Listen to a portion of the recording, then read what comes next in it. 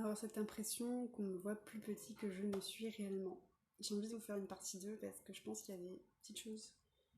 Voilà, je me suis rendu compte que je voulais rajouter des petites choses que je n'avais pas abordées dans la première vidéo et qui me semble important de vous partager.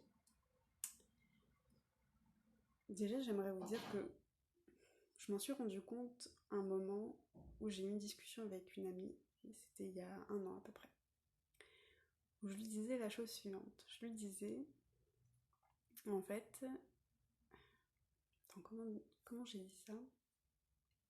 Je l'ai noté dans mon petit cahier. Oui, voilà, je disais ça, voilà. Je disais donc, dès que je baisse ma garde et que je me confie à quelqu'un sur mes coups de mou, eh bien moi, ce qu'on me renvoie en face, eh bien c'est comme si j'étais moins que rien, ou que c'est comme si ce petit coup de mou pour moi, en fait, qui était un réel coup de mou juste dans mon histoire entrepreneuriale, eh bien les autres le voyaient comme si c'était échec et mat pour moi. Comme si c'était, comme si c'était la fin, comme si je ne réussissais rien. Et voilà, et c'est comme ça que j'ai compris qu'il y avait un décalage entre moi, ce que je percevais, donc mon coup de mou, hein, parce que ça arrive à tout le monde forcément, on peut pas être tout le temps au top de sa forme, tout réussir. Les gens qui vous disent ça et qui vous disent que ça marchera tout le temps bien, ce n'est pas vrai. Il y a forcément des coups de mou. Et en fait, ce qui se passait, c'est que du coup, j'avais peur de me confier sur ces moments-là,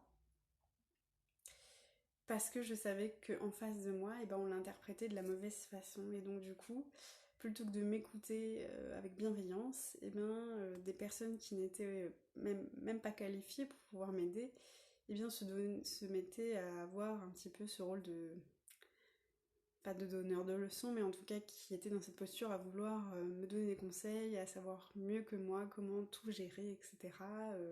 Comme si moi j'étais le petit enfant et que cette personne-ci avait raison. Et donc du coup ça me mettait dans une situation inconfortable. Et pendant longtemps en fait, quand je me suis rendu compte de ça, et ben j'ai arrêté en fait, j'ai arrêté de parler de tout ce qui m'arrivait, enfin voilà, non pas que ça aille mal tout le temps, mais voilà, j'ai arrêté de me confier sur ce qui n'allait pas et donc du coup je gardais tout pour moi, sauf que c'était pas bon non plus. C'était pas bon non plus dans le sens où voilà, on est aussi humain, on n'est pas non plus des superwoman ou superman. Et donc par moment, on a aussi besoin d'être entendu sur ce qui ne fonctionne pas, tout simplement pour avoir un deuxième son de cloche, pour pouvoir voilà, avoir plusieurs avis, plusieurs options auxquelles on n'aurait pas pensé.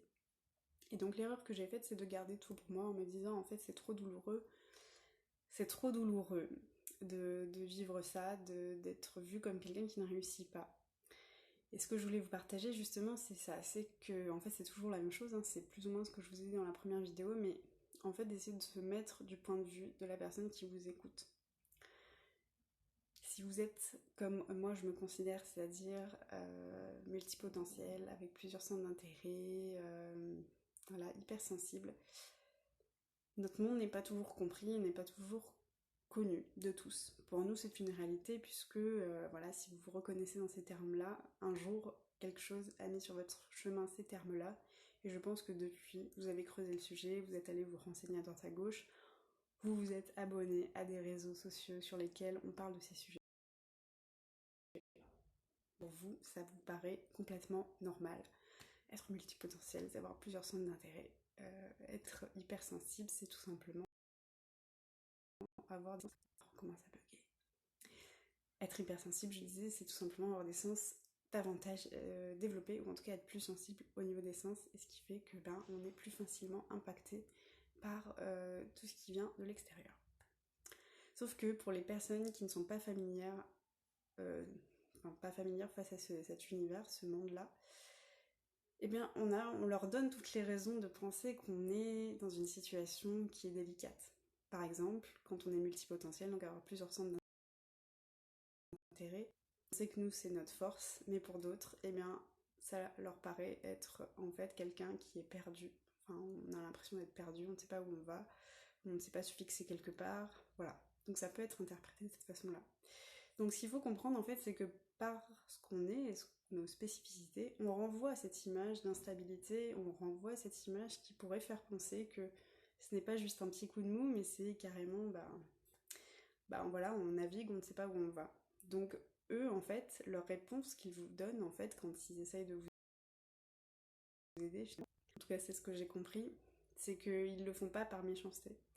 Ils y mettent toute leur bienveillance et leur filtre à eux fait qu'ils interprètent ça pas comme juste un petit coup de mou, mais votre petit coup de mou plus euh, ce que vous renvoyez au quotidien, donc l'image que vous renvoyez au quotidien, le fait de voilà d'avoir plusieurs choses, de naviguer entre plusieurs choses, et bien les deux ensemble fait que ça leur donne l'impression que vous ne savez pas où vous en êtes, que vous êtes perdu.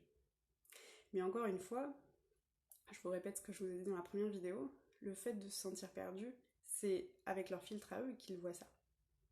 Et ça leur appartient. Vous n'êtes pas obligé de rembrasser ce filtre-là. Ce n'est pas parce que eux, ils vous voient plus petit, ou en tout cas qui ont l'impression de vous voir en galère, que c'est une réalité pour vous et que vous êtes obligé de prendre cette croyance-là et de la faire vôtre. Vous, si vous estimez que c'est juste un petit coup de mou, ça peut rester un petit coup de mou. Et on n'est pas obligé d'en faire un drama. En revanche, effectivement, c'est plus confortable quand on est face à des personnes qui sont capables d'avoir un avis neutre et d'essayer aussi de comprendre qui nous sommes avant de pouvoir essayer de donner des conseils qu'on n'a pas demandé. Mais voilà, faites la part des choses. Dites-vous que voilà, quand vous vous confiez, vous avez le droit déjà, vous avez le droit de vous confier, vous avez le droit de partager ces moments. Vous avez le droit de partager ces moments qui sont pas simples pour vous. Vous n'êtes pas obligé de tout garder. Mais vous n'êtes pas non plus obligé de prendre ce que la personne voit pour vous. Si vous savez que vous faites un bon travail, si vous savez que voilà, vous êtes bien tel que vous êtes, vous n'avez pas en fait à tout remettre en question.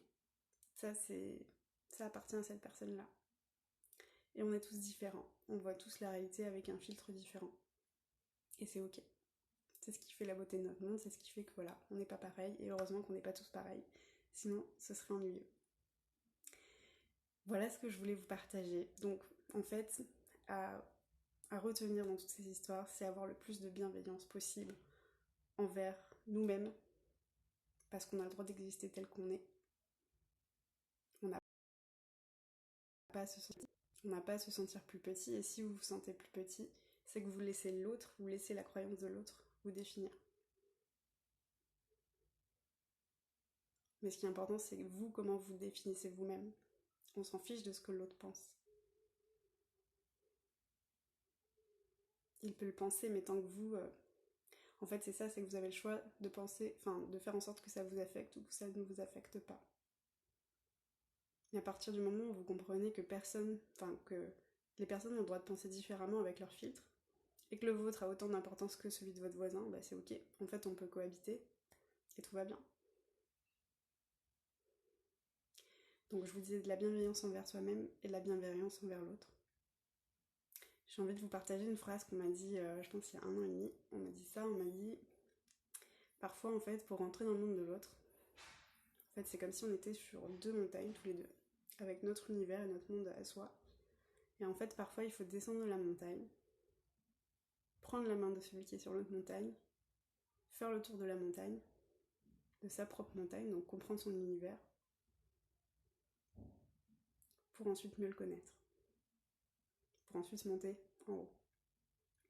C'est peut-être pas très clair comment je le dis, mais en gros ça veut dire que voilà, au lieu d'essayer d'être constamment dans la lutte, parce que je sais que quand c'est comme ça, on a envie d'avoir raison et donc on a envie de se justifier, on a envie de se défendre, on a envie de se défendre et parfois ça part en conflit alors que en fait de base la personne ne vous voulait que du bien et c'était qu'un signe de bienveillance mais à sa façon. Donc parfois il faut effectivement descendre de nos montagnes qui sont 2 univers différents, faire le tour de la montagne de l'un pour comprendre sa réalité et ensuite voir où est-ce qu'il veut nous amener plutôt que d'essayer de rentrer en conflit. Voilà, j'espère que cette deuxième partie vous aura donné encore une autre façon de voir les choses et aura complété la première. Sur ce, je vous souhaite une très bonne journée et je vous dis donc à bientôt.